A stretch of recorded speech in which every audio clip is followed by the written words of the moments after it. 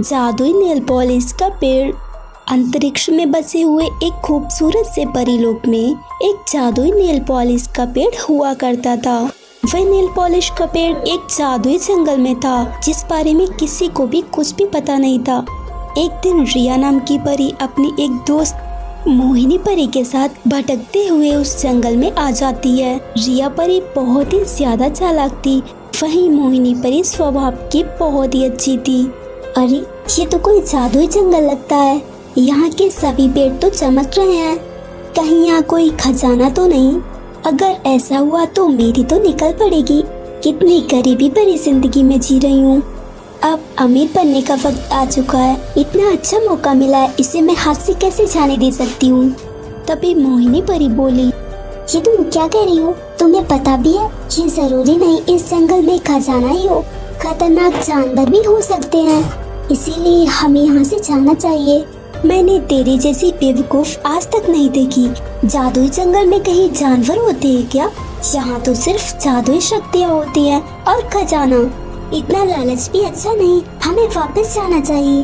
तुझे जाना है तो जा, लेकिन मैं तो खजाना लेकर ही जाऊंगी। मैं तुम्हें अकेला छोड़कर नहीं जा सकती, इसलिए तुम्हारे साथ जाना ही पड़ेगा। फिर वह दोनों आगे बढ़ती हैं। तभी उन्हें वह जादुई नेल पॉलिश का पेड़ दिखाई देता है। अरे ये क्या, जादुई नेल पॉलिश का पेड़? ये तो मैंने जिंदगी में पहली बार देखा है। मेरी मदद करो प्लीज। ये तो बातें भी कर सकता है।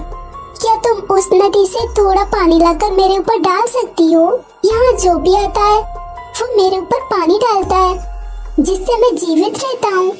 अगर तुम ऐसा करती हो तो मैं तुम्हें एक जादुई नेल पॉलिश दूंगा, जिसे तुम जिस भी चीज पर लगाओगी वह सोने की हो जाएगी। ओह ऐसा है क्या? फिर मुझे पानी डालने की क्या जरूरत? मैं तो ऐसे ही नेल पॉलिश ले सकती हूँ।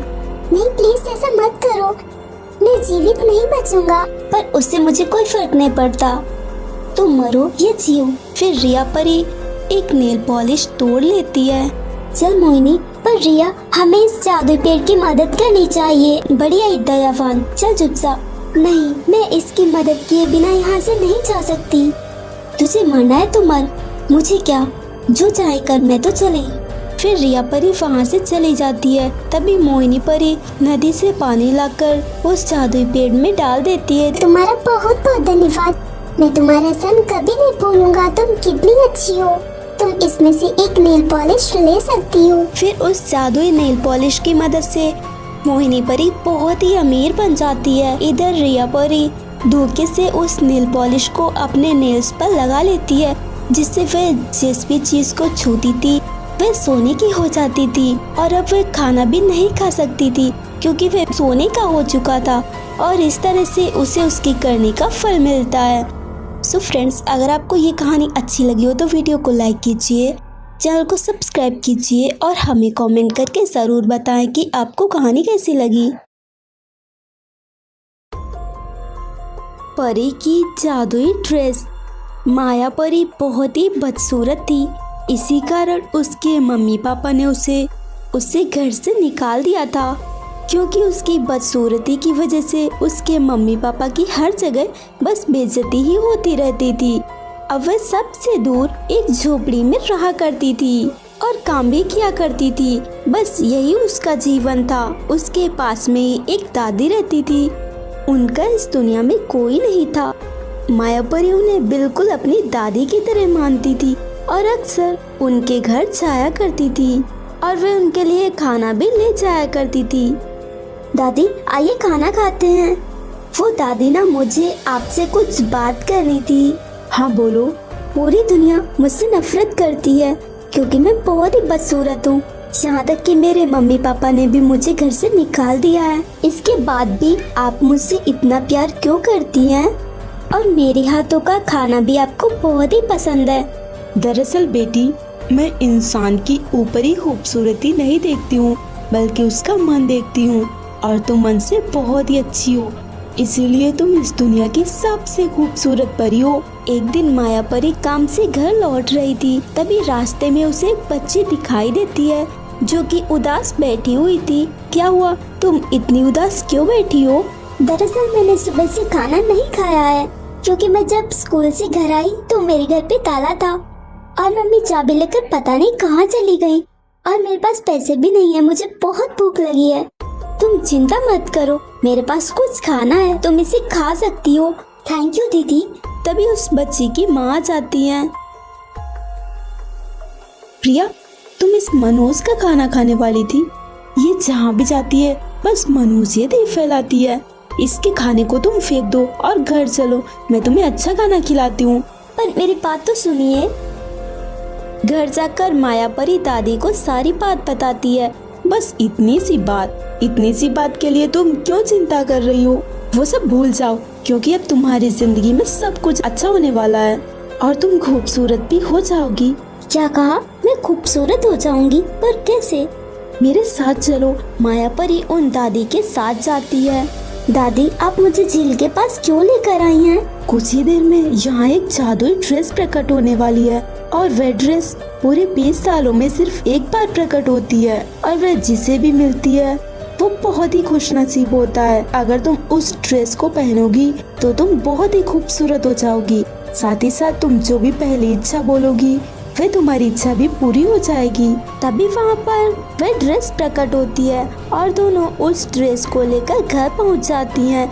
माया परी जैसे ही उस ड्रेस को पहनती है तो वह बहुत ही खूबसूरत हो जाती है और वह अपने मन में सोचती है कि उसका एक बहुत ही अच्छा घर हो। उसके इतना सोचते ही वह एक बहुत ही सुंदर से घर में थी। इसके बाद वह उन दादी के साथ ही उस घर में खुशी से रहने लगती है। सो फ्रेंड्स, अगर आपको ये कहानी अच्छी लगी हो तो वीडियो को लाइक कीजिए, चैनल को सब्सक्राइब कीजिए और हमें कमेंट करके ज़रूर बताएं कि आपको कहानी कैसी लगी।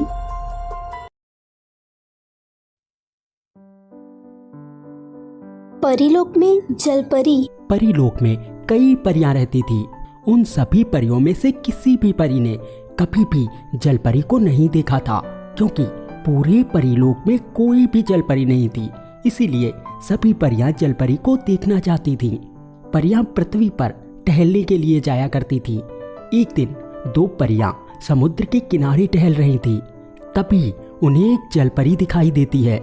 वो जलपरी घायल थी, उसे काफी चोट लगी हुई थी। ये तो एक जलपरी है और ये देखने में कितनी ज्यादा खूबसूरत है, पर इसे तो चोट लगी है। हमें कुछ करना चाहिए, इसे परीलोक लेकर चलते हैं। सभी परियां इसे देखकर कितनी खुश हो जाएंगी, क्योंकि इससे पहले किसी ने भी जलपरी को नहीं देखा है। दोनों परियां उस जलपरी को उठा लेती हैं और उसे लेकर परीलोक में पहुंच जाती हैं।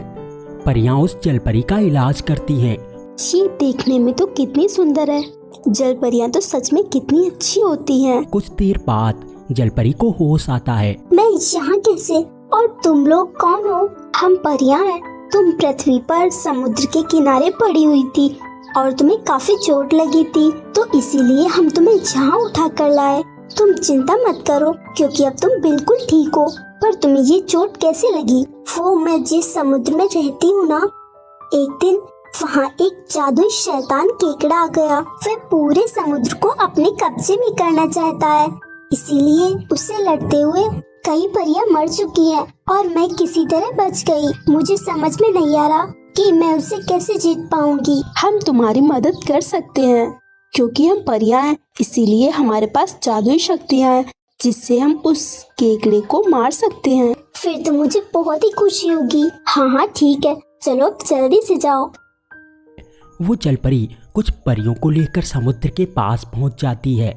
यही रहता है वह केकड़ा और इस समय वह समुद्र के अंदर आराम कर रहा होगा, क्योंकि ये उसके आराम करने का समय है। तुम चिंता मत करो, हम उससे जरूर जीतेंगे। सभी परियां समुद्र के अंदर जाती हैं तो देखती हैं कि वहाँ केकड़ा आराम कर रहा था। जलपरी, पर तू बच कैसे गई? मैंने तो सभी जलपरियों को मार दिया था। चल कोई बात नहीं, तब नहीं तो अब सही। अब तू मेरे हाथों से नहीं बचेगी, किसी भी हाल में नहीं। हम तुझे मारकर अपना समुद्र वापस लेने आए हैं, जिससे हमें कोई नहीं रोक सकता। अच्छा, तो ऐसी बात है, अब भी पता चल जाएगा। उन परियों और केकड़े में भयंकर लड़ाई होती है। आखिरकार परियां केकड़े को मारने में कामयाब हो जाती हैं और वो केकड़ा मर जाता है। जिससे जलपरी को अपना समुद्र वापस मिल जाता है। तुम लोगों का बहुत बहुत धन्यवाद। आज तुम लोगों की वजह से ही मैं केकड़े से जीत पाई हूँ और मुझे मेरा समुद्र वापस मिला। क्या हम कभी कभी यहाँ तुमसे मिलने के लिए आ सकते हैं? हाँ बिल्कुल, तुम मुझसे मिलने के लिए कभी भी आ सकती हो। ये सुनकर परियां बहुत खुश होती हैं और वापस परीलोक की तरफ चली जाती हैं। तो दोस्तों, ऐसी और कहानियाँ देखने के लिए चैनल को जल्दी से सब्सक्राइब कर लीजिए और पास वाले घंटे को भी दबाइए।